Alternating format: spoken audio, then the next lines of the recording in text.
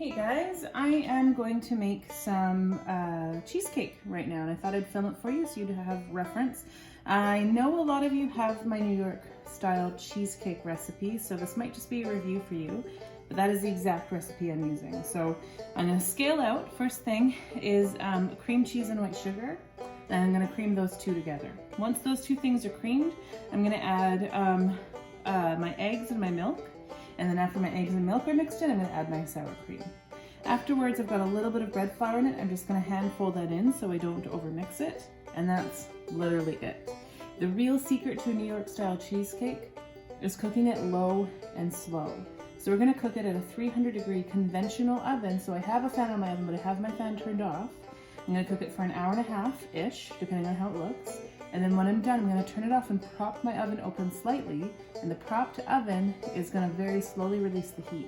I'm going to keep that in the oven for as long as possible. Sometimes I don't have as much time as other, but today I'm going to try to leave it propped in there for a very, very long time. We'll see how long I last. So first things first, I need 32 ounces of cheesecake. So I'm going to turn my unit to ounces. There we go. You may notice some black bits in my cream cheese. That's just because I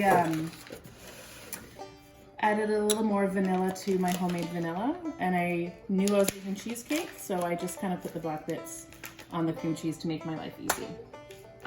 So 32 ounces is 2 pounds. So that's really what you're looking at. Right now I'm at 1.5. I have about 10 more ounces to go. So those giant blocks we get at school, 32 ounces is just under a giant block. All right, I'm at 2 ounces, so I'm just gonna wash my hands again before I touch my sugar, and then I'll add my sugar to it. Okay, I need 1.5 cups of sugar. So, first thing I like to do, if I'm only gonna use one, because I don't like to have various measurement things, is I'll measure my half first, because it's easy to tell what a half of your measurement tool is. So half a cup, full cup. So there's all my sugar. So right now I'm gonna take these two, put them on my stand mixer, and I'm going to cream them as I would butter sugar for cookies.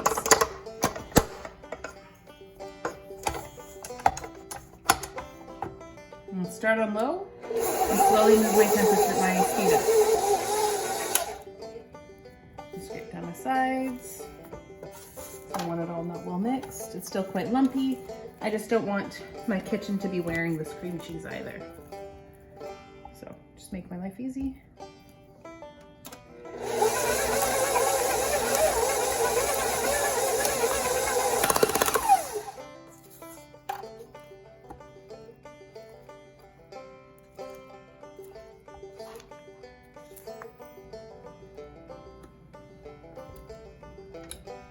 Okay, so my first ingredient are eggs and milk to combine.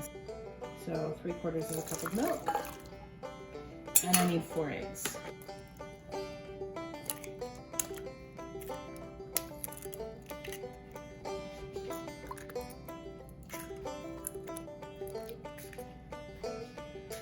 All right, I'm gonna start this out on 1 because I don't want to be wearing these ingredients. So it's getting to lump free. It's still a little bit lumpy, but I'm gonna scrape off the edges so I know that they are well mixed throughout and they're not something I have to fight with at the end. So I see there's some lumps on the side, basically consistent through the whole thing. There's lumps on the side and a little bit on the bottom as well. However, it's coming together really nicely.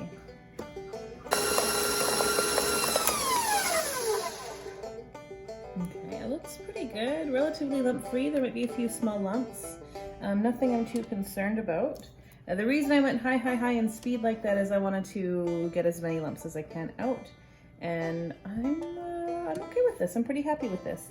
At the end of it all, I'm going to fold it together anyway when I add my flour. So if there's anything left, I'm confident I can work on it by hand.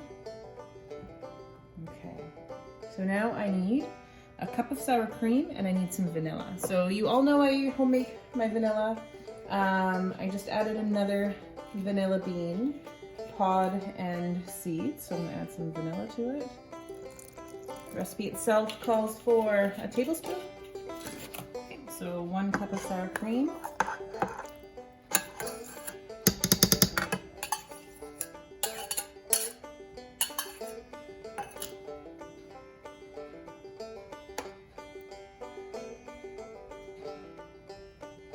same thing. I'm gonna start slow and then go high.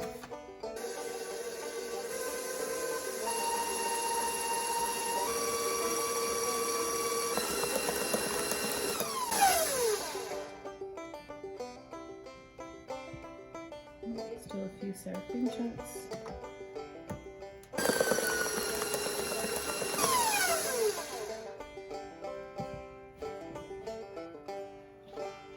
All right, and the last thing I'm gonna do is I'm gonna add a 1/4 cup of bread flour. I'm just gonna sprinkle it on the top and slowly fold it in. I don't really like to mix it when everything's going. I don't wanna develop anything. I just wanna give it a small amount of structure in my cake. This recipe is easy to convert to gluten-free. Just leave the flour out. Just be very, very slow when you cool it, and make sure it's well cooled before you cut it. This is a cake I like to do a day before I need it. I never really want to do this on the day of. Okay, so I'm just gonna, again, like I said earlier, I'm gonna look for any extra lumps and see if I can get those out. Just squish them against the side. And then I'll just continually fold to make sure my flour is well mixed.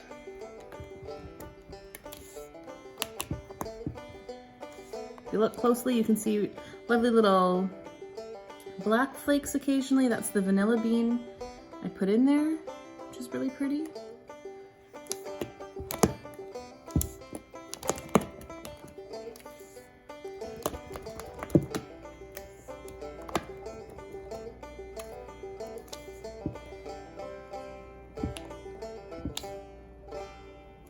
Awesome. All right, I think the flour is well mixed. I'm gonna pour this into my cake mold.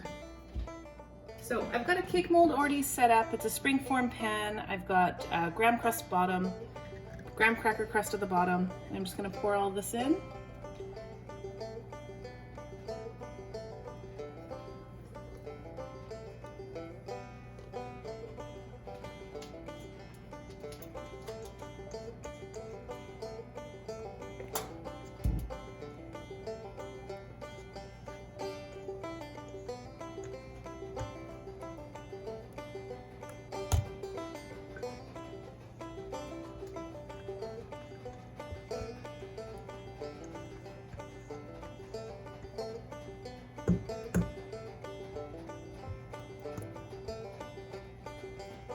So I know I'm flying a little close to the sun with how close this is to the top. I'm just gonna give it a little tap.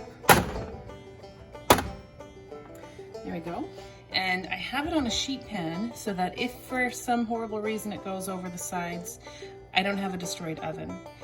But it's cooked very low and slow, 300 degrees, so it shouldn't come up too fast. I know the leavening agents we've got in here. We've got one main one, which is egg, but we've also incorporated a lot of air, so that will also help leaven it a little bit. But we're just gonna let the eggs be the leavener.